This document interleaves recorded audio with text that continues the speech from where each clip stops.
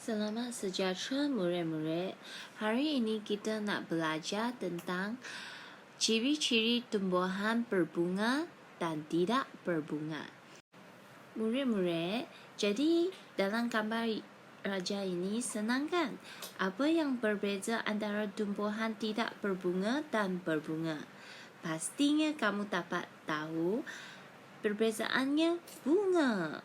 Nampak dengan jelas kan? Satu ada bunga, satu hanya ada daun. Jadi selain itu, apa lagi ciri-ciri yang berbeza antara mereka? Marilah kita tengok sekarang. Okey, sebelum kita belajar ciri-ciri tumbuhan tidak berbunga dan tumbuhan berbunga, marilah kita belajar dua istilah penting dulu. Yang pertama adalah tumbuhan tanpa vaskular dan yang kedua adalah tumbuhan vaskular. Okey, yang pertama tumbuhan tanpa vaskular. Ini maksudnya tumbuhan itu adalah sangat ringkas dan kecil. Tak ada sistem vaskular. Apa maksud sistem vaskular? Sistem vaskular ini adalah sistem yang ada xilem dan phloem.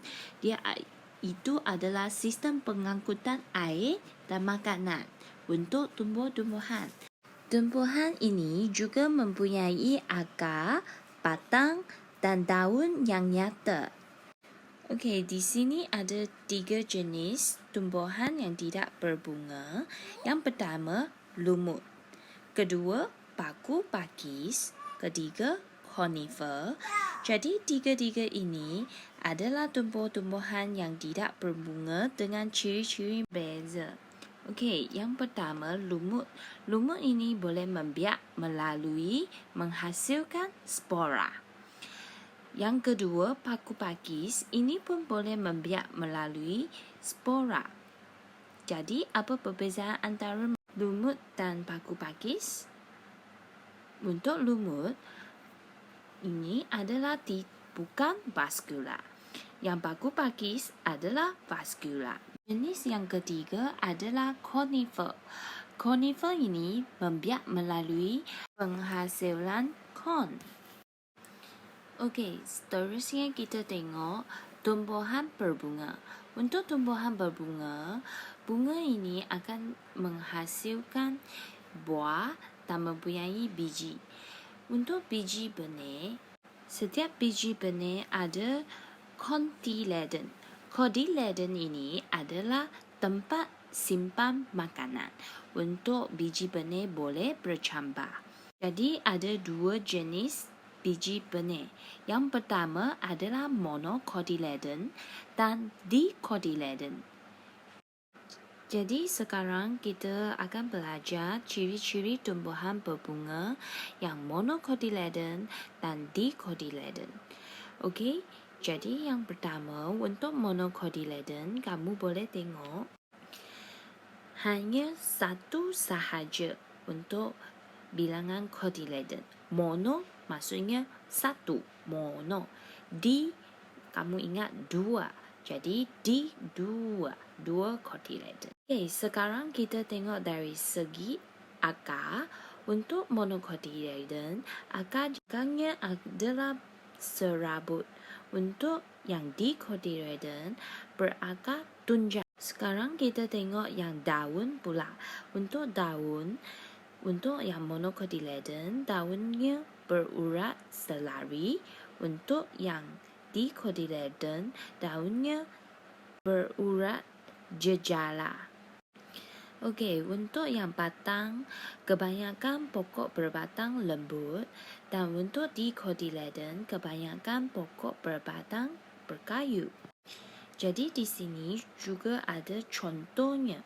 Kalau kamu tengok contoh monocotyledon, pokoknya pokok padi, pokok jagung. Untuk yang dicotyledon, contohnya pokok tomato dan pokok durian.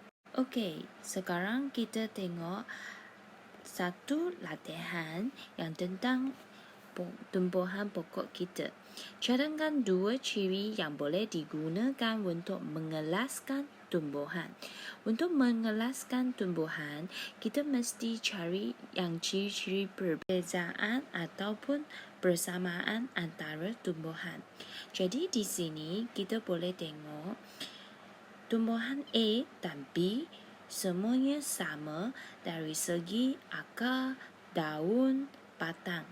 Jadi di sini kita boleh mengelaskan untuk A, kita boleh cakap ciri-ciri mereka adalah daun, akar, batang dan jumlah cotyledon.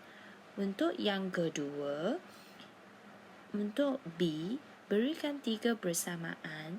Yang ini tadi kita sudah kena pasti ciri-cirinya daun, akar, batang dan juga cotyledon. Jadi sekarang kita sudah boleh terangkan. Okey, dua-dua tumbuhan ini adalah akar serabut dan berurat jejala. Akar serabut dan mempunyai batang lembut. Okey, ini adalah jawapan untuk soalan tadi.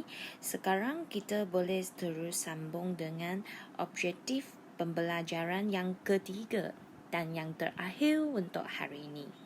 Okey, yang ini kita sudah belajar organisma yang tumbuhan dengan haiwan. Jadi sekarang kita nak belajar membezakan organisma dengan membina kekunci dikotomi berdasarkan ciri-ciri sepunya. Okey, yang pertama kita tengok kekunci dikotomi adalah apa dulu.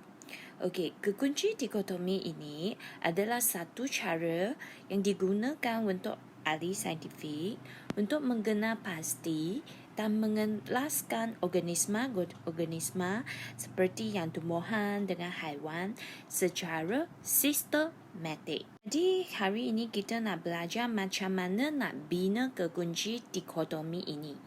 Biasanya kekunci dikotomi kita akan mula dengan persamaan dan perbezaan contoh-contoh binatang atau tumbuhan yang diberi. Okey, di sini ada diberikan kepada 5 jenis binatang: ikan, bawal, ayam, singa, katak dan ular.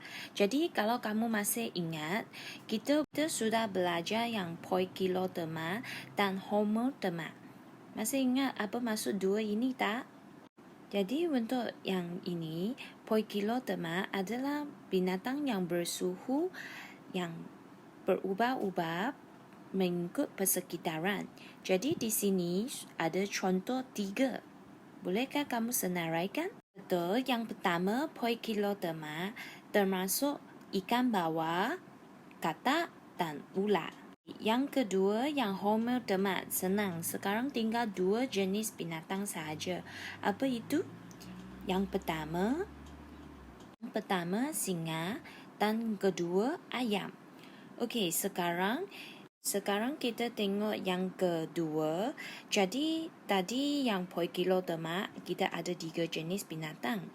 Jadi kita perlu bezakan mereka sampai dia tinggal 1 sahaja. Jadi kita fikir ciri-ciri yang kedua adalah yang bersisik dan tidak bersisik. Kalau kamu boleh nampak katak yang tidak bersisik. Jadi senang kita boleh letak dia ke nombor 2 tidak bersisik. Jadi sekarang yang tertinggal adalah ikan bawal dengan ular sahaja. Okey, jadi sekarang kita boleh letak mereka kepada nombor 4 yang tidak mempunyai insang dan mempunyai insang. Jadi sudah siap yang poikiloderma, kita jangan lupa yang homoderma pula. Homoderma kita ada 2 jenis binatang sahaja. Jadi kita boleh terus bezakan mereka di nombor 3. Untuk nombor 3 sangat senang. Kalau kamu nampak singa dan ayam, apa perbezaan mereka? Itu adalah tidak berbulu pelepah dan satu adalah berbulu pelepah. Jadi nombor 3 A kita boleh letak singa, B kita letak ayam. Okey, di sini ada satu contoh kekunci dikotomi untuk tumbuhan. Saya rasa kamu boleh cuba dan kita bincang nanti. Di sini adalah satu latihan untuk yang kekunci dikotomi. Kamu boleh cuba juga. Dan sini saya sudah sediakan jawapan. Sebelum kamu tengok jawapan, sila cuba jawab dulu. Okay? Jadi, kalau ada apa-apa tak faham, kita boleh bincang semasa tutorial. Okay? Itu sahaja untuk hari ini. Terima kasih.